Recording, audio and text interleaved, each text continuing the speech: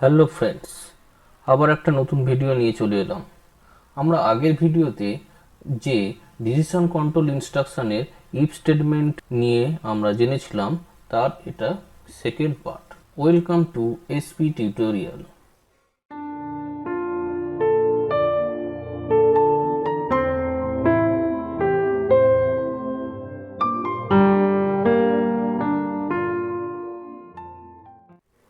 Let's start. তো আমরা আগেই বলেছিলাম যে ইফ স্টেটমেন্ট কতগুলো কন্ডিশন নিয়ে কন্ডিশনকে চেক করে।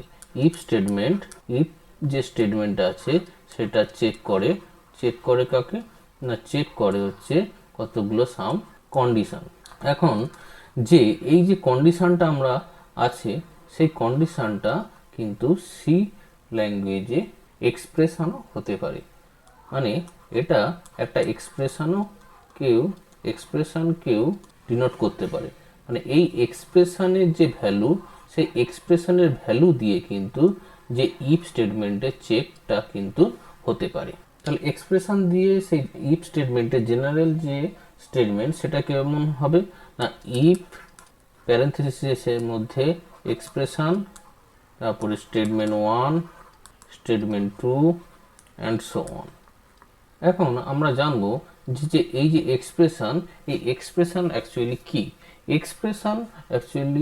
কি সেটা এক্সপ্রেশন হচ্ছে যে এরিথমেটিক এক্সপ্রেশন প্লাস আমরা যে আগেই পড়েছিলাম রেশনাল অপারেটর। কতগুলো উদাহরণ আমরা নিতে পারি।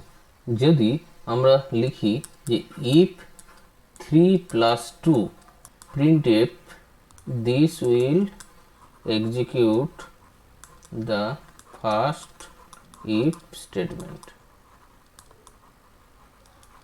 মানে এটা হচ্ছে এক্সাম্পল 1 আর এক্সাম্পল 2 যদি লিখি if 6/2 plus 4 printf, this will execute the second statement। Example 3, if প্যারেন্থেসিসের মধ্যে 0 print this will never execute। এখন এক্সাম্পল 1 এ আমরা যে এক্সপ্রেশনটা লিখেছি সেটা হচ্ছে 3 + 2। এই যে এক্সপ্রেশনটা আমরা দিয়েছি, অ্যাকচুয়ালি সি ল্যাঙ্গুয়েজে কি হয় না, সি ল্যাঙ্গুয়েজে সমস্ত রকম নন জিরো যে ভ্যালুগুলো সেগুলো কিন্তু কনসিডার হয় অ্যাজ ট্রু। তাহলে সি ল্যাঙ্গুয়েজে এভরি নন জিরো যে ভ্যালু সেটা কি হিসাবে ট্রিট হয়, ট্রু হিসাবে ট্রিট হয়। Non zero value, every non zero value. তাহলে 3 + 2 ইকুয়ালস টু অ্যাকচুয়ালি = 5, এটা একটা কিন্তু নন জিরো ভ্যালু। তো সুতরাং এই যে কন্ডিশনটা, এই যে ইফের যে কন্ট্রোল স্টেটমেন্টটা, এর যে রেজাল্ট সেটা হচ্ছে একটা ট্রু হিসাবে বিবেচিত হবে। তখন আমাদের এই স্টেটমেন্টটা কিন্তু এক্সিকিউট হবে, this will execute the first statement, এটা কিন্তু এই এক্সিকিউটটা হবে। এখন সেকেন্ড যে এক্সাম্পলটা, সেখানে আমরা কি লিখেছি যে ইফ 6/2 + 4, এই যে ভ্যালুটা, এই ভ্যালুটাও কিন্তু দাঁড়াবে হচ্ছে 6/2 = 3 + 4 মানে হচ্ছে 7। এটাও কিন্তু একটা নন জিরো ভ্যালু। তো নন জিরো ভ্যালু মানে এটা একটা ট্রু হিসাবে বিবেচিত হবে।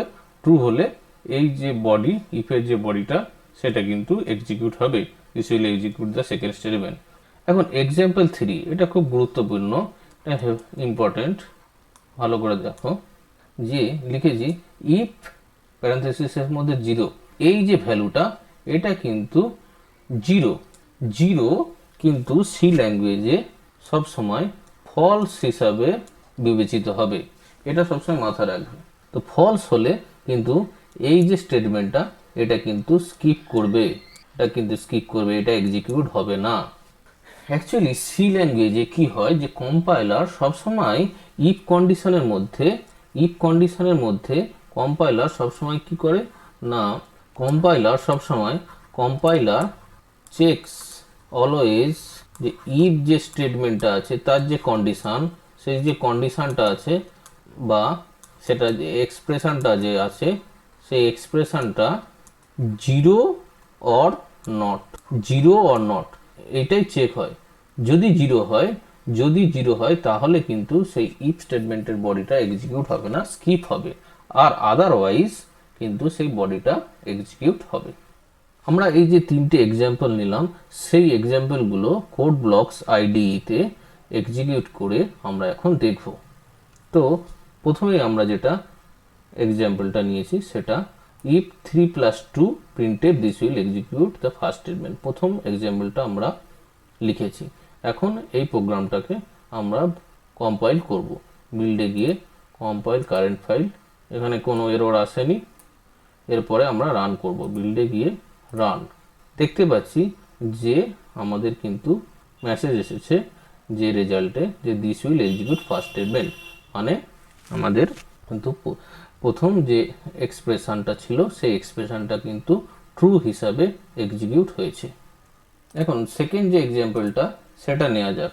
সেকেন্ড এক্সাম্পলে কি বলেছিলাম, সেকেন্ড এক্সাম্পলে লিখেছিলাম যে ইফ 6/2 + 4, সেভ করছি, বিল্ডে গিয়ে কম্পাইল করলাম, দেখলাম কোনো এরর আসেনি, তারপরে বিল্ডে গিয়ে রান। এখানে আমরা দেখতে পাচ্ছি যে এখানে কিন্তু যে এক্সপ্রেশনটা ছিল সেটা হচ্ছে ট্রু হিসাবে বিবেচিত হয়েছে এবং যে প্রিন্টএফ স্টেটমেন্টটা কিন্তু মানে ইফের যে বডিটা সেটা এক্সিকিউট হয়েছে। This will execute the first statement, এটা ফার্স্ট হবে না, আমি যেহেতু আগের স্টেটমেন্টটা চেঞ্জ করিনি সেই জন্য ফার্স্ট হিসাবে লেখা হয়েছে, এটা করে দেবে সেকেন্ড। এখন দেখো this will execute the second statement. Okay, এরপরে মোস্ট ইম্পর্টেন্ট যেটা আমরা ইফের মধ্যে আমরা যদি এক্সপ্রেশন হিসাবে যদি আমরা জিরো দিই, তারপর সেভ করলাম, বিল্ডে গিয়ে কম্পাইল, তারপরে বিল্ডে গিয়ে রান। এখানে কিন্তু কোনো মেসেজ প্রিন্ট হয়নি, মানে ইফের মধ্যে যে স্টেটমেন্টটা আমরা ইফের বডির মধ্যে যে স্টেটমেন্টটা লিখেছিলাম দিস উইল নেভার এক্সিকিউট, সেই মেসেজটা কিন্তু প্রিন্ট করেনি। মানে আমরা বুঝতে পারছি যে ইফের মধ্যে যদি আমাদের কন্ডিশনের মধ্যে যদি বা এক্সপ্রেশন হিসাবে জিরো থাকে তাহলে সেই ভ্যালুটা ফলস হিসাবে বিবেচিত হবে। এরপর আমরা একটা প্রোগ্রাম নেব যেটা কিনা ডিসকাউন্টের উপর নির্ভরশীল।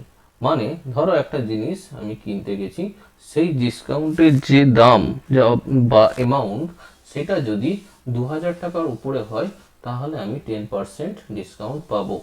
তো এই যে প্রোগ্রামটা সেটা আমরা ইফ কন্ট্রোল ডিসিশন কন্ট্রোল ইনস্ট্রাকশনের মাধ্যমে বা স্টেটমেন্টের মাধ্যমে আমরা কিন্তু প্রোগ্রামটা লিখব। এখন প্রোগ্রামটা আমরা লিখে ফেলেছি। এখানে কি দেখতে পাচ্ছি যে ফ্লোট হিসাবে আমরা কি নিয়েছি, অ্যামাউন্ট, অ্যামাউন্ট আর ডিসকাউন্ট, এই তিনটে ভেরিয়েবল আমরা নিয়েছি। তারপরে আমরা প্রিন্টএফে কি মেসেজ দিচ্ছি যে এন্টার দ্য টোটাল অ্যামাউন্টটাকে আমরা নিচ্ছি কিবোর্ডে।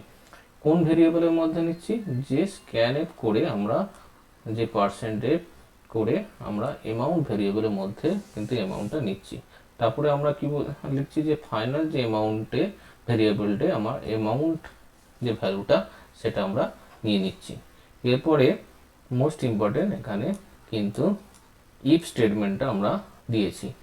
ইফ স্টেটমেন্টের মধ্যে কি কন্ডিশন দিয়েছি যে অ্যামাউন্ট গ্রেটার দেন 2000, যদি অ্যামাউন্টটা 2000 এর থেকে বড় হয়, বেশি হয়, তাহলে কিন্তু এই বডিটা এটা কিন্তু এক্সিকিউট করবে।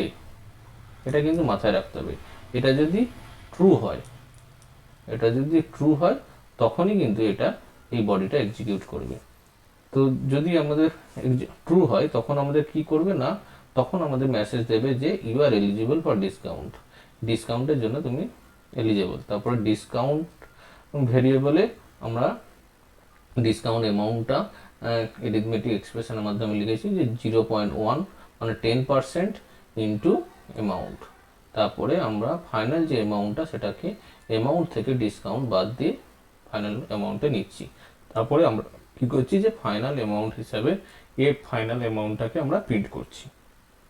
এখন এই কন্ডিশনটা যদি ফলস হয় তাহলে কিন্তু দেখতে পাচ্ছি যে যে ফাইনাল যে অ্যামাউন্টটা সেটা যেটা আমরা অ্যামাউন্ট দিয়েছিলাম সেটাই কিন্তু এখানে প্রিন্ট হবে। এটা যদি ফলস হয়। এখন এই প্রোগ্রামটাই আমরা কোড ব্লকস আইডিতে এক্সিকিউট করে দেখব। আমরা কোড ব্লকস আইডিতে একটি এমটি ফাইল নিয়ে প্রোগ্রামটা লিখেছি, program to show a discount. Okay, এরপর আমরা বিল্ডে গিয়ে কম্পাইল করব, কম্পাইল কারেন্ট ফাইল। দেখতে পাচ্ছি কোনো এরর আসেনি। এরপর আমরা বিল্ডে গিয়ে রান করব। এখন আমাদের একটা ভ্যালু চাচ্ছি, এন্টার দ্য টোটাল অ্যামাউন্ট। আমরা এখন যদি একটা অ্যামাউন্টটা 2000 এর ওপরে দিই, আমরা সাপোজ দিলাম 2500, 2500, এন্টার। এখন আমরা দেখতে পাচ্ছি কি মেসেজ এসেছে, যে you are eligible for discount. এরপর আমাদের ফাইনাল যে অ্যামাউন্টটা ইজ 2250, মানে আসল ভ্যালু ছিল 2500, এখন আমরা ডিসকাউন্টেড যে অ্যামাউন্টটা দাঁড়াচ্ছে 2250। তো আমাদের 2500 দিয়েছি বলে কিন্তু আমরা দেখতে পাচ্ছি যে এই যে ইফ কন্ডিশনটা এখানে কিন্তু আমাদের কাজ করেছে, মানে এক্সিকিউট হয়েছে, এই বডিটা এক্সিকিউট হয়েছে। এরপর আমরা যদি আবার বিল্ডে গিয়ে রান করি, এরপর যদি আমরা অ্যামাউন্ট যদি 2000 এর নিচে দিই, মানে আমরা সাপোজ দিলাম 1500, 1500, তারপর এন্টার। এখন আমরা কিন্তু কি দেখতে পাচ্ছি, এখন কিন্তু আমরা দেখতে পাচ্ছি যে ফাইনাল অ্যামাউন্ট ইজ 1500, মানে যে অ্যামাউন্টটা ছিল সেই অ্যামাউন্টটাই। কারণ এখানে যেহেতু ভ্যালুটা অ্যামাউন্টটা 2000 এর নিচে, তাই ইফ কন্ডিশনের মধ্যে যে ডিসকাউন্ট আমরা ক্যালকুলেশন করেছিলাম সেই পার্টটা কিন্তু এক্সিকিউট হয়নি, মানে এই পার্টটা কিন্তু এক্সিকিউট হয়নি।